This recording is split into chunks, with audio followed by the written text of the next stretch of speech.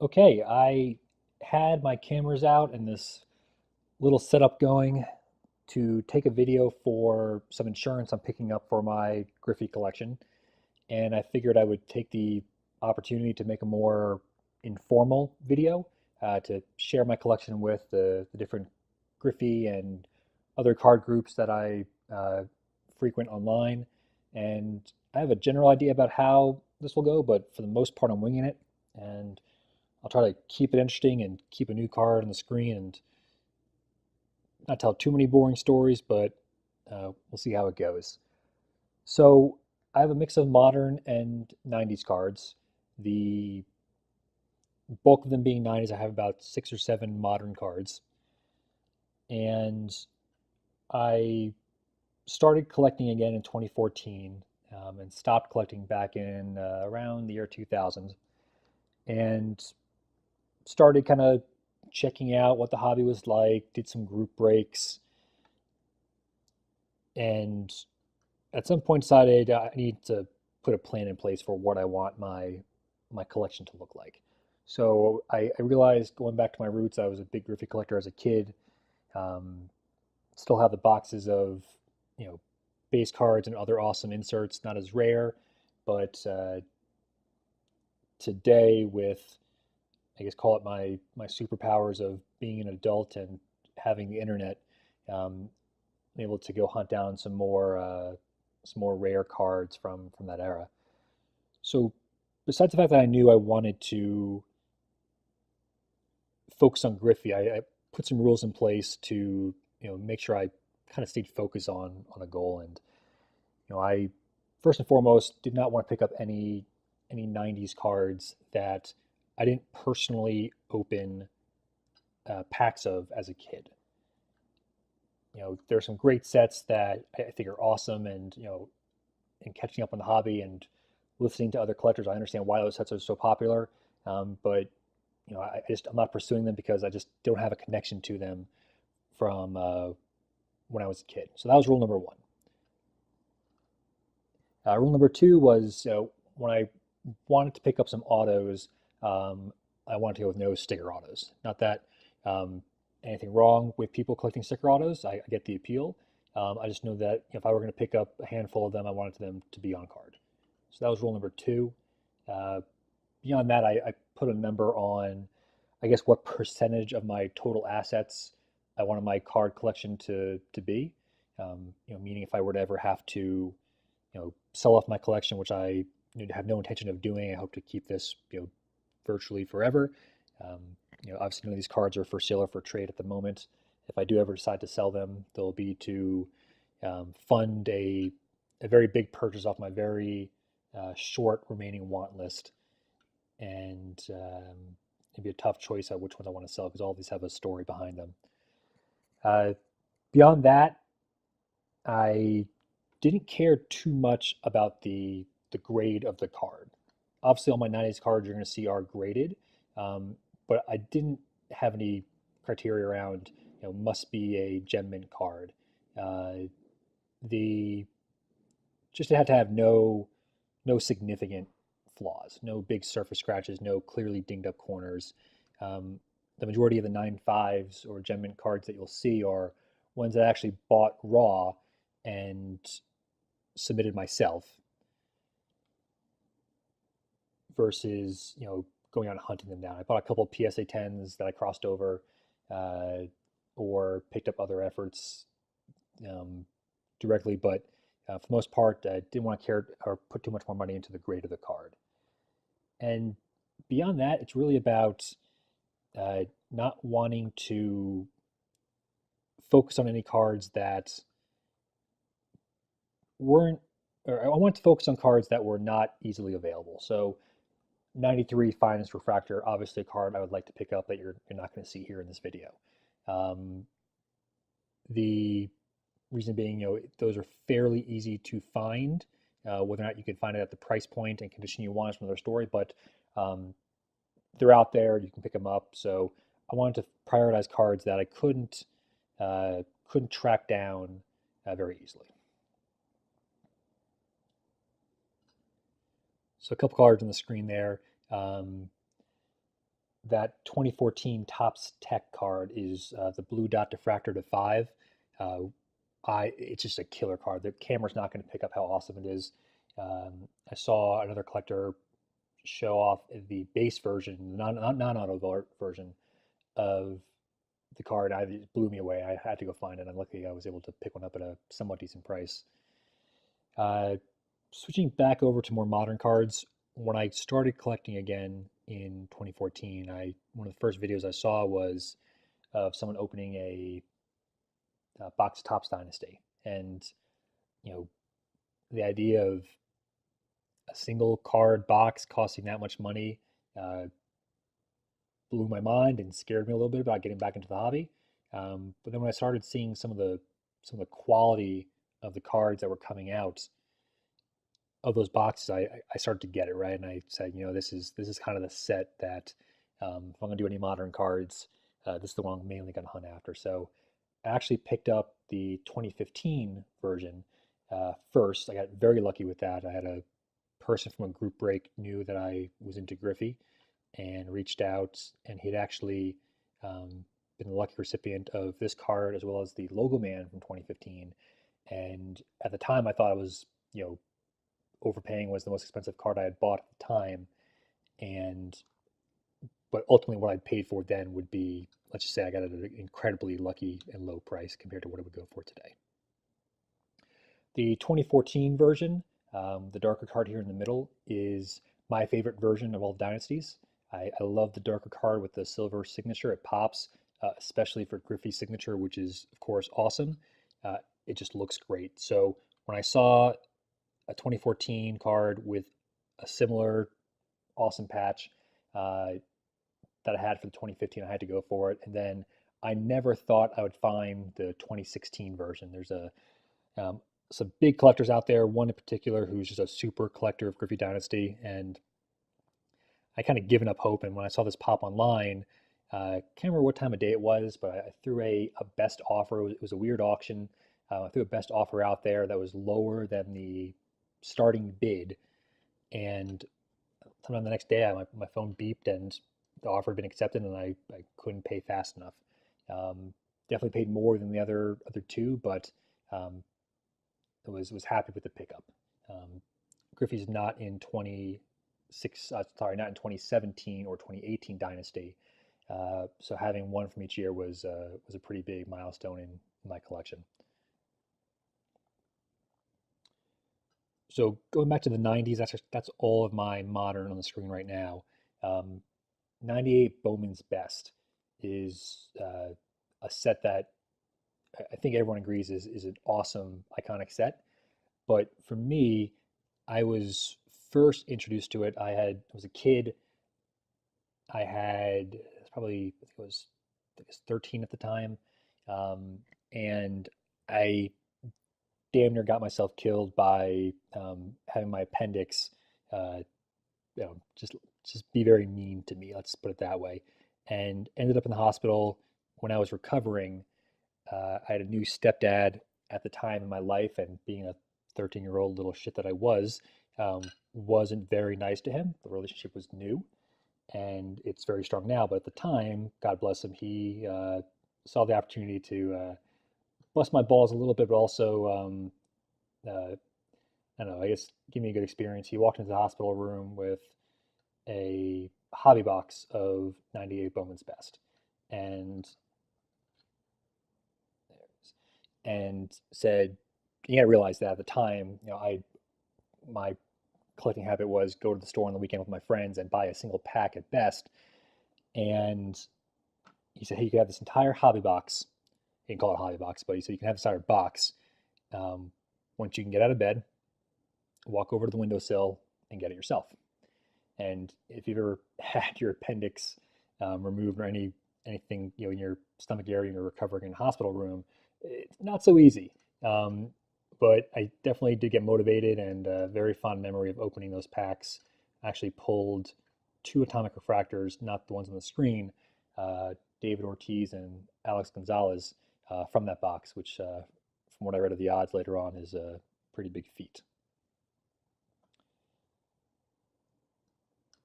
The Man refractor is, in my opinion, probably one of the best designed 90s cards out there. Um, Again, the camera's not going to pick up what the colors do when you kind of refract the light around to it. Um, just screams gaudy 90s in the best way possible. And I wanted a no peel version of it. Like all my cards, I'm in camp no peel, which I know is another controversial topic, but um, I like seeing the cards as they were designed to be shown. The colors, the refractor technology of them was one thing that I wanted to do, and a couple other examples you'll see here shortly.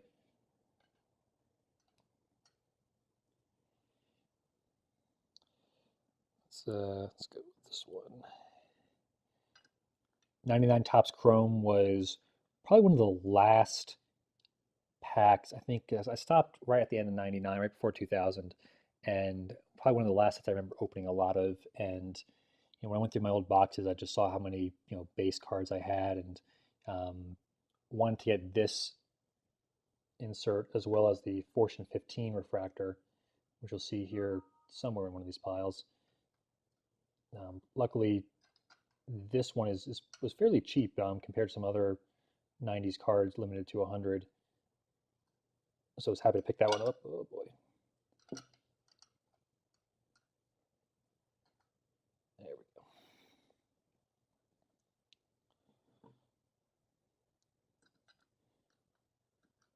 go. And speaking of 90s refractor technology,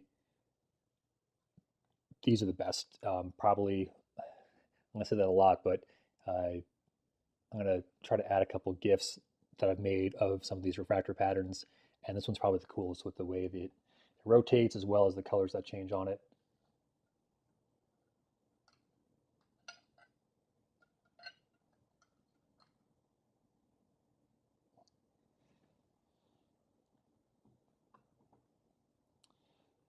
So a couple I guess non-chromium or non-refractory cards I wanted to pick up.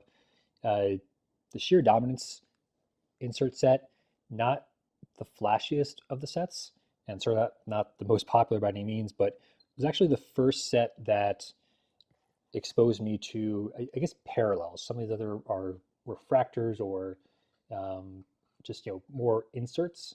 I didn't really realize that they made parallels until I started cracking open 98 SP in my local card store at the time. Um, I think it was, I can't remember what set it was. I think it was 98 Finest that exposed me to serial numbered cards. But parallels, I thought was really cool. That's why I wanted to pick up that one fairly early. And then opened a lot of Upper Deck. And I actually have maybe, I want to say 6 or 7 of these Cover Glory cards, the base versions. And didn't even know there was a Prime Choice Reserve parallel. I didn't know that was a thing until I started kind of, researching, going on baseballcardpedia.com. And shout out to Rodney for keeping that up to date. And realized that, here's another one, that there were these parallels. I knew about Wonder Years, and this is one of those cards that the base version and the triple version are very similar on camera. In hand, you can tell the difference in the colors. The double is wildly different, very, you know, very era appropriate, very kind of like tricks colors. And then the home run, the one of one is blue and I believe yellow. But finding this triple was another big one. As I knock over that stand, probably should have gone top to bottom, but we got a spare stand around here. Keep this going. So Donner's Crusade, definitely one of my top wants when I started collecting again. In terms of iconic sets, it's up there, and I would say the top 3 sets, depending on who you talk to. Uh, Took me a while to find one at a price point that I wanted. I was happy when this 8.5 of the purple showed up. Most of my cards are 9 or 9.5. The purple was a big pickup, and spoiler, I do not have the red. The red is going to be one of those purchases that are, I'm just going to have to be cool with never getting it. I may never see it again in terms of being available, and if I do, I just got to hope that um, I'm willing to sell off enough of these cards to fund it, or um, we'll see, maybe one day. But for now, I'm happy with the green and the purple. Oh, this is the set. I was right, 99 Finest, the prominent figures. This was the first card I opened that I actually pulled my own serial number, not this card, but I pulled a Barry Bonds to 500. Still have that card, and you know, wanted a card that had no peel, and a fellow collector who had started kind of getting rid of his Griffey collection, Goob McNasty, if you recognize the name, uh, met me with a bunch of cards and actually personally peeled his card, which is the one on the screen, but it was had a peel at the time. And he looks like he did an awesome job after the peel being on there for but almost 20 years. And I sent it off to Beckett for grading, and then came back with a 9.5 surface. So he did something right. Fortune 15 I mentioned earlier, another awesome design. Just, the difference in the designs of the 90s inserts are, what a lot of people keep coming back for, and, investing in or enjoying the most. The nostalgia factor, of course. And I just felt, back then, obviously, I think most people agree that, a card being numbered to 100 meant something. There weren't 7 or 8 different versions of a card being numbered to 100. And of course, now being 20 years or so in the past, means a totally different thing. It's hard to find some of these. I mentioned 98 SP Authentic earlier. This is probably the set that also kind of made me realize that they're throwing autos on cards now. I wasn't aware as a kid of the Upper Deck Mantle dual auto at all. I guess I wasn't cracking packs of Upper Deck or cracking packs at all that year. But I do remember seeing the images of this card and thinking, oh man, that would be awesome to find. And never found it as a kid. But again, superpower adult having money and the internet helps track them down.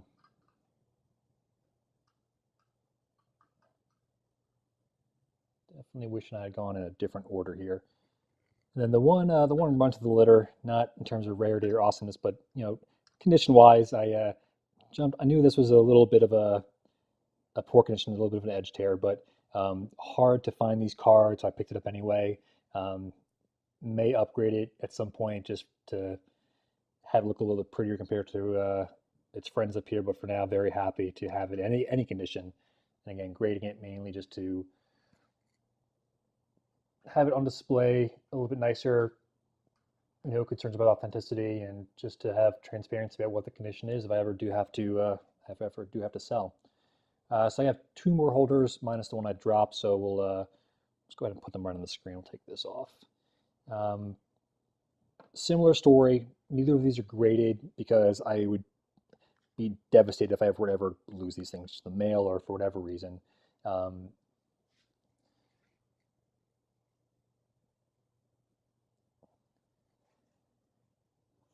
Both cards are cards that were given to me as a Christmas present. Opened them up after seeing them in a local card store. The obviously 89 Upper Deck is the card of Griffey. This one is just horribly off-centered, not in the best condition, still in the original screw-down case I put it in back in the 90s. Would never sell it, never get rid of it. I'll sell the rest of these cards before I sell this or get rid of it. Same thing with the Elite Series. Staring at it in display case, the Upper Deck, obviously the guy probably had another 100 in the back somewhere, but to me it was precious, and just some good memories and cards that are just as important to me as any of the ones on the screen, regardless of value or rarity. So that's it. Hope you enjoyed it. And again, none of these are for sale or for trade, but I'll probably post some cards I'm still looking for. And if you happen to have one of them, I'm always open to hearing offers to do a trade for a card I'm still looking for. And happy collecting, and thanks for watching.